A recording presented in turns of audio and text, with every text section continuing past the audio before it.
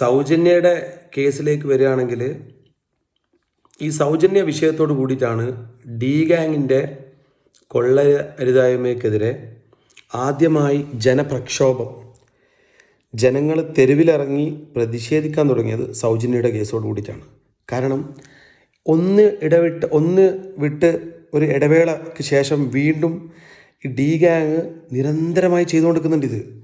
ഈ കേസ് ഞാൻ കഴിഞ്ഞ വീഡിയോയിൽ പറഞ്ഞതുപോലെ ഏറ്റവും ഇപ്പോൾ കിട്ടിയിരിക്കുന്ന റിപ്പോർട്ട് പ്രകാരം 975 നമ്മുടെ ഡോക്ടർ ഹർലിയുടെ ഭാര്യ ടീച്ചർ, ഇവരുടെ തന്നെ സ്കൂളിൽ ടീച്ചറായി പ്രവർത്തിച്ചിരുന്ന വേദവല്ലി ടീച്ചറെ റേപ്പ് ചെയ്തതിന് ശേഷം പെട്രോൾ ഒഴിച്ച് കത്തിച്ച് തുടങ്ങുന്ന അതാണ് ഫസ്റ്റ് ഒരാൾ എതിർത്തിട്ടും ഉള്ള ഫസ്റ്റ് റിപ്പോർട്ട് അവിടെ നിന്നാണ്. അതിൻ്റെ മുന്നേ പണ്ട് മുതലേ നമ്മൾ പറയുന്നില്ലേ, ബ്രിട്ടീഷുകാർ ഇവിടുന്ന് പോയതിന് ശേഷം നമ്മുടെ പ്രഭുക്കന്മാർ വീണ്ടും വന്നിട്ട് പണ്ടത്തെ രാജഭരണത്തിൽ പോലും ഇത്രയും സഹിച്ചിട്ടുണ്ടോ എന്നറിയില്ല.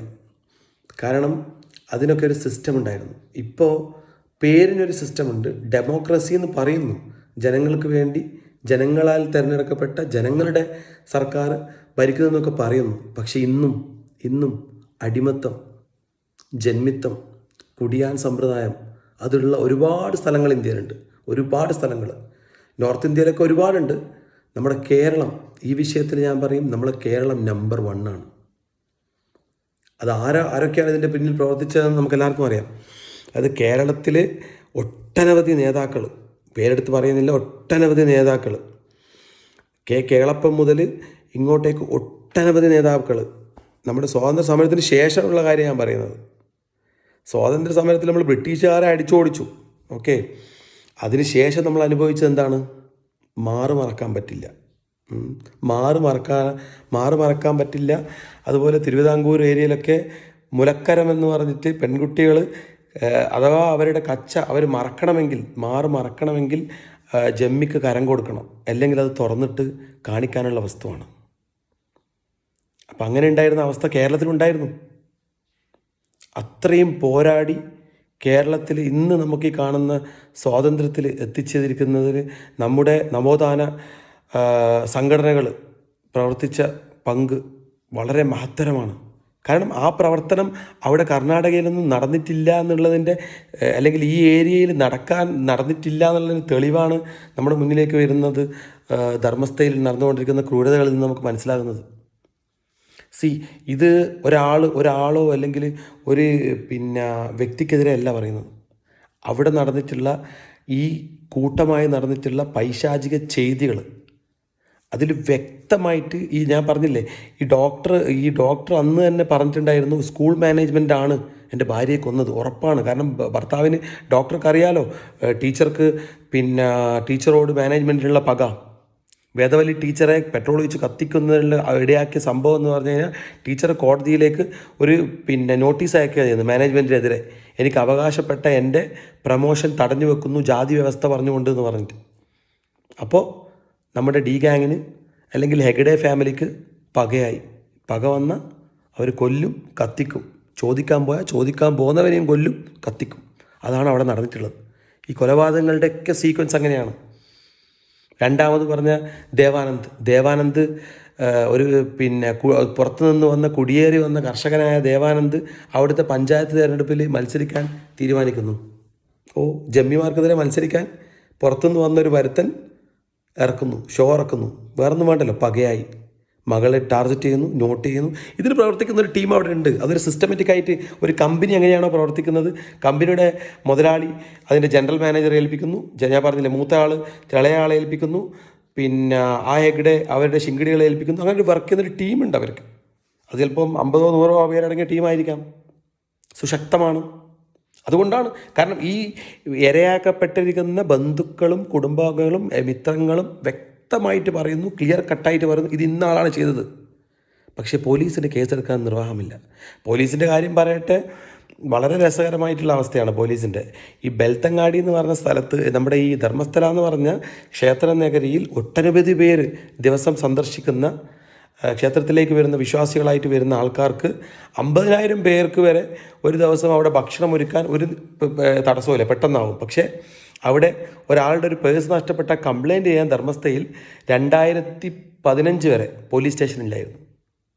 ഇത് നമ്മൾ 2025 10 വർഷം മുമ്പ് വരെ ധർമ്മസ്ഥല എന്ന് പറഞ്ഞ സ്ഥലത്ത്, ഈ പറഞ്ഞ ഇത്രയും വലിയ വിസ്തൃതിയുള്ള സ്ഥലത്ത് ഒരു പോലീസ് സ്റ്റേഷൻ പോലും ഇല്ലായിരുന്നു. അതാണ് അവിടുത്തെ അവസ്ഥ. ഞാൻ പറഞ്ഞ രാജവാഴ്ച. അടുത്തുള്ള പോലീസ് സ്റ്റേഷൻ 12 കിലോമീറ്റർ അകലെ ബെൽത്തങ്ങാടിയിൽ എത്തിയിട്ട് അവിടെ ഒരു പോലീസ് സ്റ്റേഷൻ ഉള്ളത്. ആ പോലീസ് സ്റ്റേഷൻ്റെ അവസ്ഥ എന്താണെന്ന് പറഞ്ഞാൽ, ഇപ്പറഞ്ഞ ട്രസ്റ്റിൻ്റെ കീഴിലുള്ള ഹെഗ്ഡെ ഫാമിലിയുടെ കീഴിലുള്ള അവരുടെ സിൽബന്ദികൾ മാത്രമേ ആ പോലീസ് സ്റ്റേഷനിൽ വർക്ക് ചെയ്യൂ.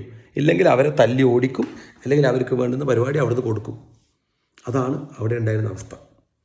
സൗജന്യയുടെ കേസിൽ സൗജന്യ ഇപ്പറഞ്ഞ ട്രസ്റ്റിൻ്റെ കീഴിലുള്ള SDM കോളേജിൽ പഠിക്കുകയായിരുന്നു. 17 വയസ്സേ ഉള്ളൂ. പ്രീ ഡിഗ്രിക്ക് പഠിക്കുമായിരുന്നു.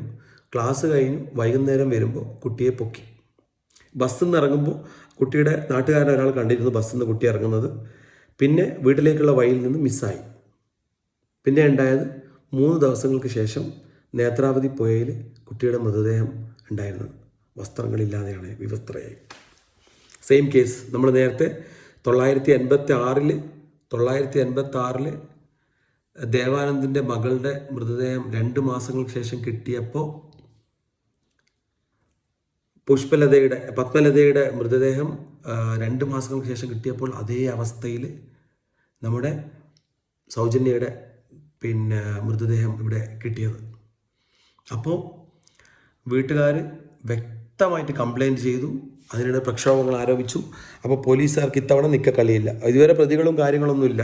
അതുപോലെ തന്നെ പറയാൻ വിട്ടുപോയൊരു കേസ്, ഫസ്റ്റത്തെ കേസിൽ നമ്മുടെ വേദവല്ലി ടീച്ചർ പെട്രോൾ ഒഴിച്ച് കത്തിച്ച കേസിൽ കംപ്ലയിൻറ്റ് കൊടുത്ത ഡോക്ടർ ഹർലയെ ഇവർ മാന്യമായ രീതിയിൽ അയാൾക്കെതിരെ തന്നെ കേസാക്കി മാറ്റിയിട്ട് അയാൾ ഭാര്യയെ പെട്രോൾ ഒഴിച്ച് കൊന്നു എന്ന് പറഞ്ഞിട്ട് 2 വർഷത്തോളം ആ പാവത്തിനെ ജയിലിലാക്കുന്നുണ്ട്. എന്നിട്ട് അയാൾ പിന്നീട് നിരപരാധിത്വം തെളിയിച്ചിട്ട് പുറത്തിറങ്ങി വരിക ചെയ്തത്. എന്നിട്ട് അദ്ദേഹം ഒരുപാട് ഇവർക്കെതിരെ സ്ട്രഗിൾ ചെയ്യുന്നുണ്ട്. കിട്ടിയില്ല. എവിടെയും നീതി നടപ്പായിട്ടില്ല. എവിടെയും നീതി കിട്ടിയിട്ടില്ല. അപ്പോൾ ഈ കേസിൽ സൗജന്യയുടെ കേസ് കുറച്ച് സ്ട്രോങ് ആയിരുന്നു. അപ്പോൾ ഒന്ന് കാലഘട്ടം മാറി 2012 അപ്പോൾ പുതിയൊരു അനീതിക്കെതിരെയുള്ള ഒരു ശബ്ദം ആ നാട്ടിൽ തന്നെ മുറുമുറുപ്പ് തുടങ്ങിയിരുന്നു. അപ്പോൾ അവിടെ ആക്ഷൻ കമ്മിറ്റികളും കാര്യങ്ങളൊക്കെ ഉണ്ടാകാൻ തുടങ്ങി. അപ്പോൾ അവർ പ്രക്ഷോഭ പരിപാടികൾ ആരംഭിച്ചു. അപ്പോൾ പോലീസിന് ഗതികേടുകൊണ്ട്, പോലീസിന് പിടിക്കാനൊന്നും ആഗ്രഹമില്ല. ഈ ബൽത്തങ്ങാടിയിലെ പോലീസ് എന്ന് പറയുന്നത് മറ്റവരുടെ B ടീമാണ്, ഹെഗ്ഡെ ഫാമിലിയുടെ B ടീമാണ്. അവർ D ഗ്യാങ്, അവരെ കാര്യങ്ങളൊക്കെ ചെയ്യുന്ന സിൽബന്ദികളാണ് ഇവിടെ ഉള്ളത്. അപ്പോൾ ഒരു ഇൻസ്പെക്ടർ അശോക് കുമാർ അങ്ങനത്തെ ഒരു ഇൻസ്പെക്ടർ വളരെ കാര്യക്ഷമമായി പ്രതിയെ കണ്ടെത്തുന്നു. ഒരു മാനസിക രോഗിയായ സന്തോഷ് എന്ന് പറഞ്ഞൊരുത്തനെ പിടിച്ചുകൊണ്ട് പോകുന്നു. അപ്പം തന്നെ സന്തോഷിൻ്റെ ഫാദർ കോടതിയിൽ സ്റ്റേ പറയുന്നുണ്ട്, ഇയാൾ സുഖമില്ലാത്ത ആളാണ്, നിങ്ങളിങ്ങനെ പിടിച്ചുകൊണ്ട് പോകരുത്. നോ ഇയാൾ തന്നെയാണ് ചെയ്തതെന്നുള്ളത് ആ പോലീസ് സംഘം ഉറപ്പിച്ചിട്ടുണ്ടായിരുന്നു. കാരണം അങ്ങനെയാണ് റിപ്പോർട്ട് കൊടുക്കാൻ ഹെഡ് ഓഫീസിൽ നിന്ന് ഇവർക്ക് കിട്ടിയ ആജ്ഞ. അവരത് നിർവഹിച്ചു. ഈ സന്തോഷിൻ്റെ കേസ്, പാവം സന്തോഷ് 10 വർഷത്തോളം ജയിലിൽ കിടന്നിട്ട്, നമ്മുടെ നിയമവ്യവസ്ഥ അങ്ങനെയാണല്ലോ, തെളിയിക്കണമല്ലോ അയാൾ നിരപരാധിയാണെന്നുള്ളത്.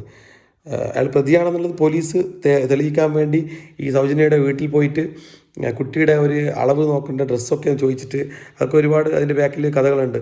ഡ്രസ്സ് എടുത്ത് കൊണ്ടുപോയിട്ട് ഈ ഡ്രസ്സാണ് പ്രതി അയച്ച് കളഞ്ഞ് ചാടിയതെന്ന് പറഞ്ഞിട്ട് ആ ഡ്രസ്സൊക്കെ കോടതിയിൽ തെളിവായി വെക്കുകയും പിന്നീട് കോടതി തന്നെ വിചാരണയിൽ ഈ പ്രതിക്ക് മാനസികാസ്വസ്ഥ ഉണ്ടെന്ന് ഡോക്ടറുടെ സഹായത്താൽ കണ്ടുപിടിക്കുകയും പ്രതിയെ നിരപരാധി എന്ന് കണ്ടിട്ട് 2023 2 വർഷം മുമ്പ് മാത്രം അയാളെ വെറുതെ വിട്ടു. അതുവരെ ജനങ്ങളുടെ ഇവരെ കണ്ണിൽ പൊടിയിടാൻ വേണ്ടി ഒരു പ്രതിയായിട്ട് ഒരു പാവപ്പെട്ട മനുഷ്യനെയും പിടിച്ചുകൊണ്ടുപോയി.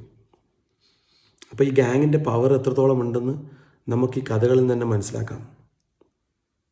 ഇവരെ ആരും ആയിക്കോട്ടെ, എൻ്റെ ഒരു വീക്ഷണം ഞാൻ പറയുവാണ്, ഇവരാരായിക്കോട്ടെ, ഇവരിപ്പോൾ ഇവിടെയുള്ള മെയിൻ പാർട്ടികളിൽപ്പെട്ട ഏത് പാർട്ടിയിലായിക്കോട്ടെ, ഭരിക്കുന്ന പാർട്ടിയിലായിക്കോട്ടെ, നമ്മുടെ ഓപ്പോസിറ്റുള്ള പാർട്ടിയുടെ ആയിക്കോട്ടെ, ഇനി ഏതെങ്കിലും സ്വതന്ത്ര പാർട്ടി ആയിക്കോട്ടെ, ആരായിക്കോട്ടെ, എന്തോ ആയിക്കോട്ടെ, ഈ ചെയ്തിരിക്കുന്ന പ്രവൃത്തികൾക്ക് തക്കതായ ശിക്ഷ കാലം ഇവർക്ക് വേണ്ടി ഒരുക്കി വെച്ചിട്ടുണ്ടാവും, ഉറപ്പാണ്.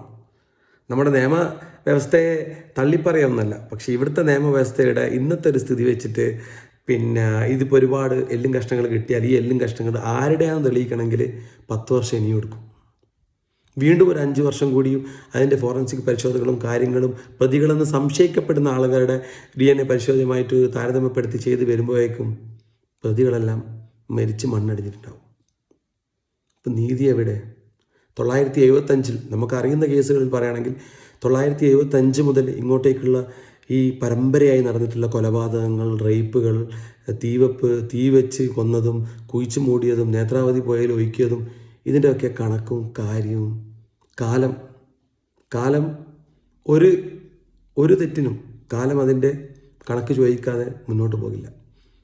അത് ഇവർക്ക് ഇപ്പം പറഞ്ഞ പോലെ പ്രതികളെ ഡയറക്റ്റിലല്ലെങ്കിലും അത് അതിൻ്റെ നീതി സ്വയം കണ്ടെത്തും, ഉറപ്പാണ്.